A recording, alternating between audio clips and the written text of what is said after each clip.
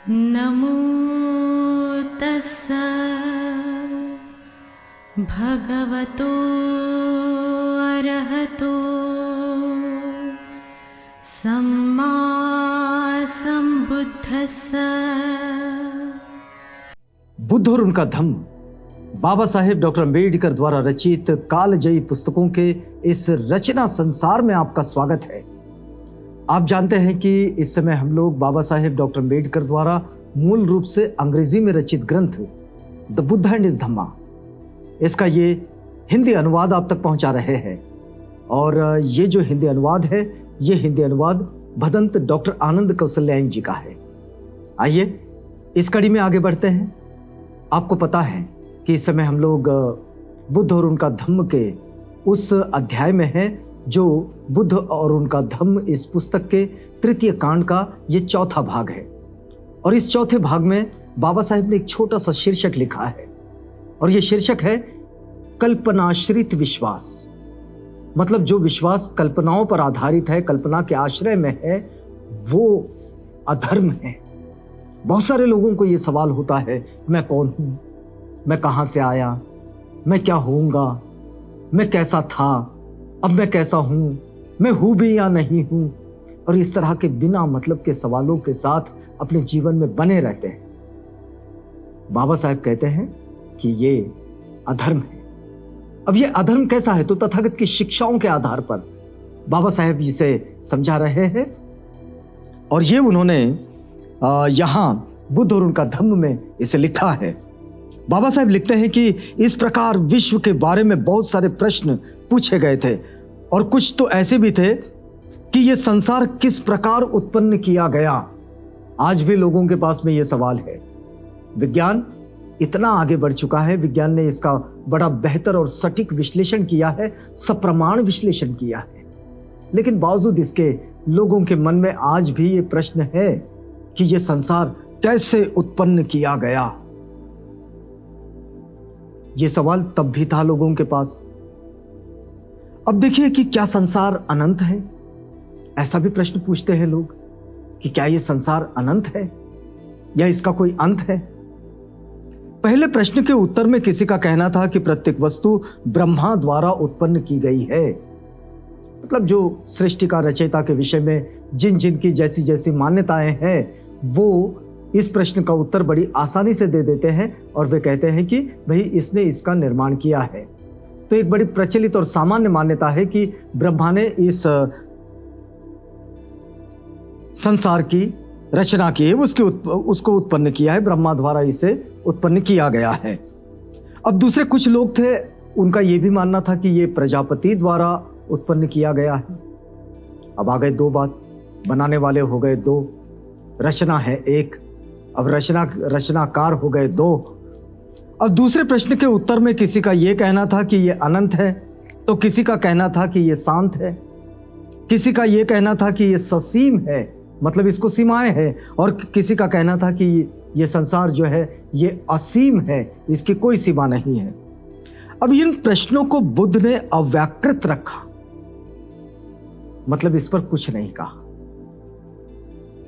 इसकी व्याख्या नहीं की। तो इन प्रश्नों को बुद्ध ने अव्याकृत रखा, ऐसे प्रश्नों का स्वागत ही नहीं किया। उनका कहना था कि ऐसे प्रश्नों को पूछने वाले और उत्तर देने वाले दोनों ही कुछ कुछ विकृत मस्तिष्क के होते हैं।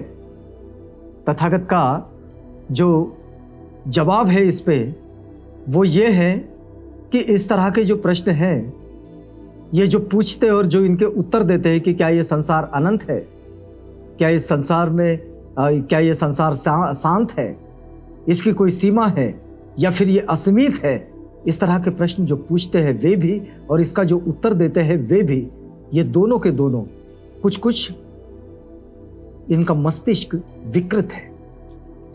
लेकिन इन प्रश्नों के उत्तर देने व दे सकने का मतलब होगा कि आदमी को सर्वज्ञ होना चाहिए, जो कि कोई होता नहीं। तथागत कहते हैं कि इन प्रश्नों का उत्तर देने के लिए कि क्या ये संसार अनंत है, तो अनंत तक जाना होगा। वो कोई मनुष्य अगर इसका उत्तर देना चाहे तो उस मनुष्य को सर्वज्ञ होना चाहिए, सर्वज्ञानी, और ऐसा कोई मनुष्य होता नहीं। हर कोई उसकी बुद्धि की सीमा के साथ होता है। अब किसी की बुद्धि ज्यादा विकसित होती है, किसी की बुद्धि थोड़ी कम विकसित होती है, लेकिन इसका मतलब यह नहीं है कि जिसकी बुद्धि विकसित है उसकी बुद्धि पूर्णतः विकसित है। तो पूर्णतः कुछ होता नहीं है, क्योंकि यह संसार ही पूर्णतः नहीं होता है। तो यहाँ सब चीज हर दिन बदलते रहती है और बनती रहती है। खास बात यह है कि यह संसार हर पल बनता चला जाता है और अपनी स्थिति में लौटता नहीं है, वो वहां से आगे ही बढ़ता है। तो अब देखिए कि तथागत का कहना था कि वो ऐसे सर्वज्ञ नहीं कि इस तरह के प्रश्नों का उत्तर दें। कोई भी ये दावा नहीं कर सकता कि जो कुछ हम जानना चाहते हैं वो वह सब कुछ जानता है, और न कोई ये ही दावा कर सकता है कि किसी भी समय जो कुछ हम जानना चाहते हैं वो किसी को भी हर समय पता ही होता है, ज्ञात ही होता है। हमेशा कुछ न कुछ अज्ञात रहता है।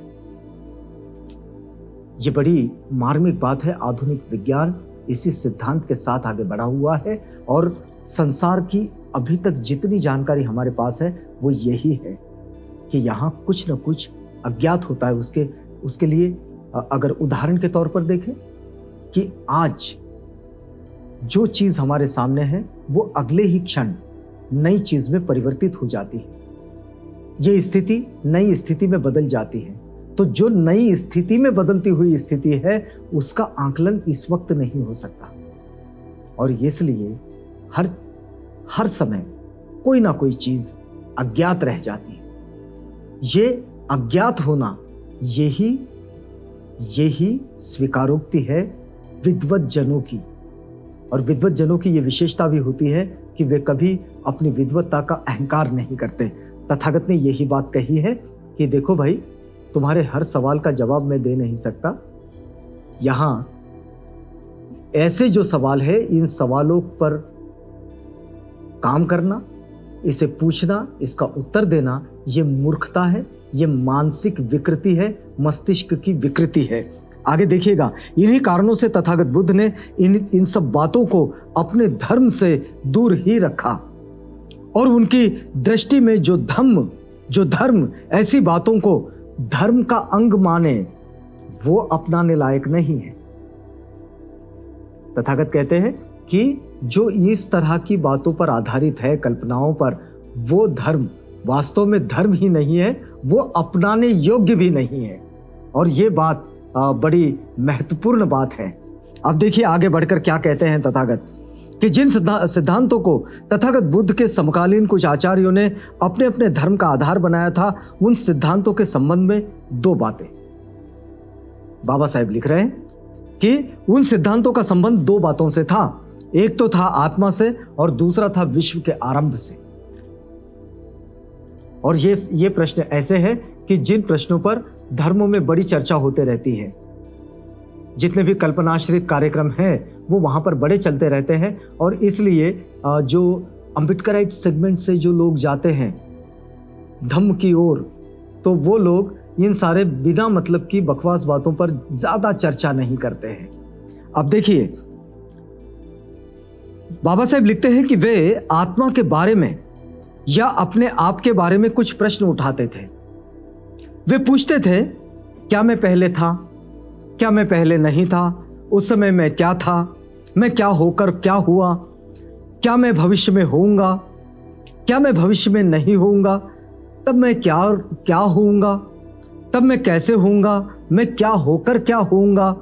अथवा वर्तमान के ही विषय में बड़े संदेहशील होते हैं, क्या मैं हूं, क्या मैं नहीं हूं, मैं हूं क्या, मैं कैसा हूं, ये प्राणी कहां से आया, ये किधर जाएगा।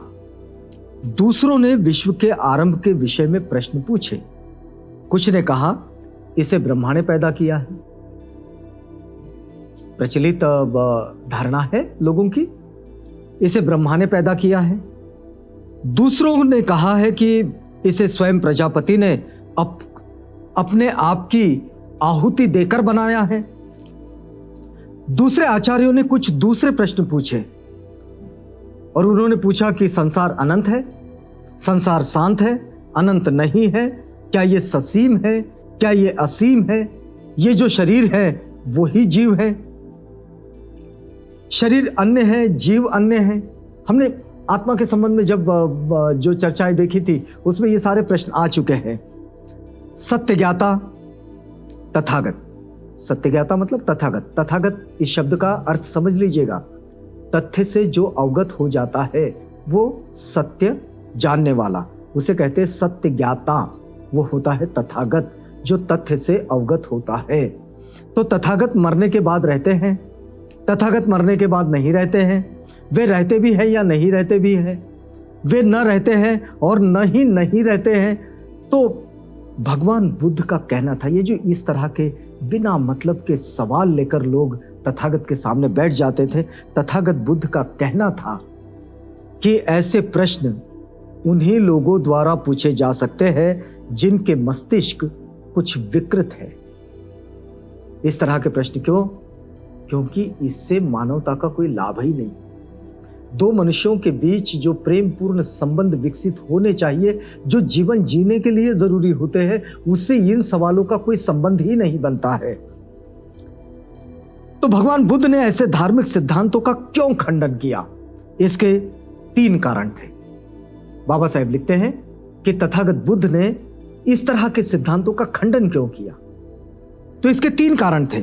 पहला कारण वे बताते हैं कि इनको धर्म का अंग बनाने में कोई तुक नहीं था, कोई मतलब ही नहीं था कि इन चीजों को धर्म का अंग क्यों बनाएं, इससे क्या फायदा है और किसी का क्या फायदा है इसके जानने और न जानने से। तो किसी का कोई फायदा कोई नुकसान नहीं, लेकिन बिना मतलब की जुबानी लपलप। तो इसलिए इसे उन्होंने कोई स्थान नहीं दिया। तो एक कारण तो बाबा साहेब ये लिखते हैं कि पहला कारण तो यही था कि इनको धर्म का अंग बनाने में कोई तुक नहीं था। दूसरा, इन प्रश्नों का उत्तर कोई सर्वज्ञ ही दे सकता था, और तथागत ने अपने आप को सर्वज्ञ नहीं कहा। लोग कहते थे कि भाई ये सब जानते हैं, लेकिन तथागत ने अपने आप से ये बात नहीं कही। तो ये इस तरह की जो सवाल है, ये सवाल जो धर्म का हिस्सा बनते हैं तो वो अधर्म हो जाता है। तथागत यही बात समझा रहे हैं कि इसी बात को हम लोग आगे बढ़ाएंगे, लेकिन यहाँ ये वक्त पूरा होता है तो हमें रुकना होगा। रुकते हैं इस वादे के साथ कि अगली कड़ी में आपसे पुनः भेंट होगी। तो तब तक के लिए हमें इजाजत दीजिएगा।